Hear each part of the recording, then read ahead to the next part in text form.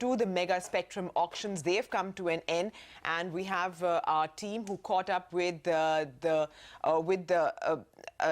Kapania actually of Idea. So let's just hear him out.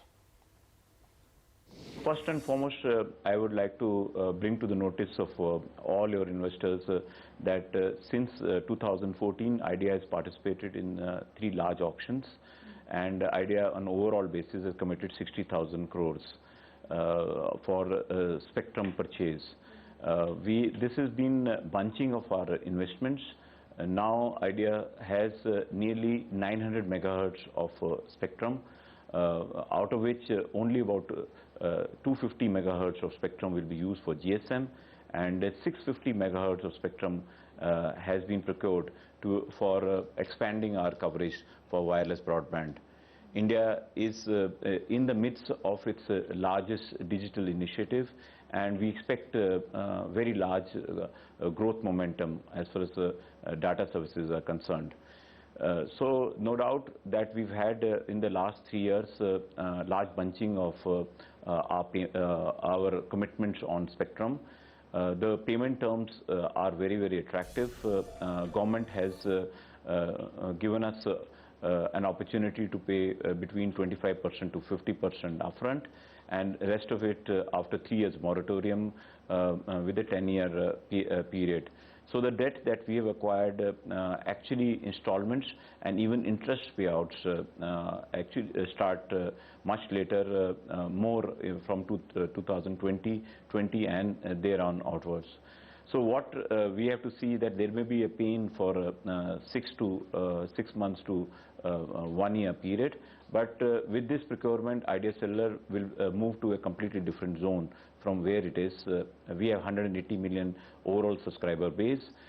Most of them have been voice users. Only about 20% of our revenue come from data. Worldwide, the trends are on a very different area, where we expect mobile data to move from current 20% to 40%, and maybe in the next 4 years to 50%. Data is highly EBITDA accretive, and as you've seen in the last 4 years, Idea has improved its EBITDA margin by over 10%. As the ratio of data customers improve, we will continue to improve our EBITDA. So for a short-term pain, I think we have a long-term big benefits coming in. Sir, just some numbers. Net debt to EBITDA, how much does it rise for F517, F518, your total debt? And if you could give us these numbers, your projections. So let me give you a big ticket first. As a strategy, we were always okay to be able to operate in a net debt to EBITDA between 4 to 4.2 levels, and post this auction we have achieved our target.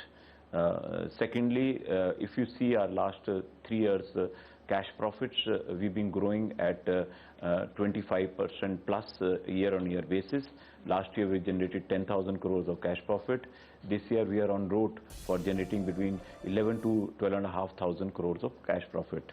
With the larger percentage of data going forward, and on overall market consolidating, we remain extremely confident that while the net debt to EBITDA may remain at this level for 12 to 18 months, but post that period, the net debt to EBITDA will start to fall. We'd like to remind all the viewers that we are more or less done as far as spectrum procurement is concerned. The capex intensity of the company will fall from here. In the last 2 years, we had upped our capex spends from earlier levels of 12 to 13% to 18 to 20% of capex. But with this large capex outflow last year of 7,500 crore, this year of 7,000 crores, and in fact we are actually increasing our capex guidance for incremental 1,000 crores for the additional spectrum that we procured so that we can roll out.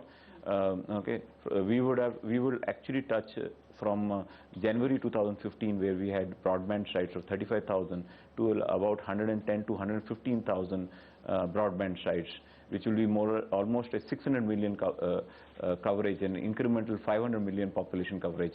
So we'll have a very large capacities, and we are really looking forward to demand to catch up with it. 6,000 crore rupees is the upfront payment. Yeah.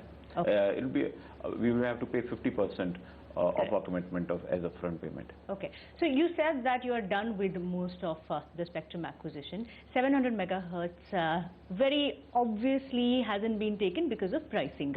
If government revises the pricing downwards in the near term or in 2 years' time, which is what COI has asked, will you still bid for the 700 megahertz band? So Idea Cellular has two views now on spectrum. One is it is not always important to have sub 1 gigahertz spectrum. There is no doubt in the past 900 megahertz has been a most successful spectrum in the voice. But one of the reasons also has been that it was the first spectrum that was then auctioned, and it had a lead of anywhere between 4 to 8 years over the second round of spectrum that came in. Secondly, 1800 megahertz is the worldwide standards for 4G spectrum, and we have procured single carrier in 20 circles and two carrier of 1800 in 11 to 12 circles. So this is gold standard spectrum. We've also got capacity spectrum, and now we have overall 47 carriers for 3G and 4G, with over 35 carriers available for 4G. So this is a very large quantum spectrum. Our capacity with this, when I deploy all this spectrum, utilization at current utilization will go down to 4 to 5%, and we have to first and foremost fill this capacity before we start looking at incremental spectrum. I think the TRI and government have focused on using spectrum as a means to be able to balance their budget gaps, but if they had focused on building an ecosystem of 700, it would have been useful. As time passes, the importance of 700 is dramatically going to fall, and I would give it a value much lower than that of 1800, not to give, as the ecosystem is going to be weak, equipment are not going to be available, handsets are not available, and it's going to take 3-4 years, and who knows what happens after 3-4 years.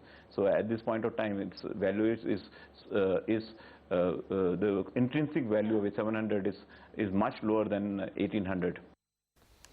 All right, so that's the word coming in from Idea Cellular. So the management clearly seeing some short-term pain on the balance sheet. A quick break.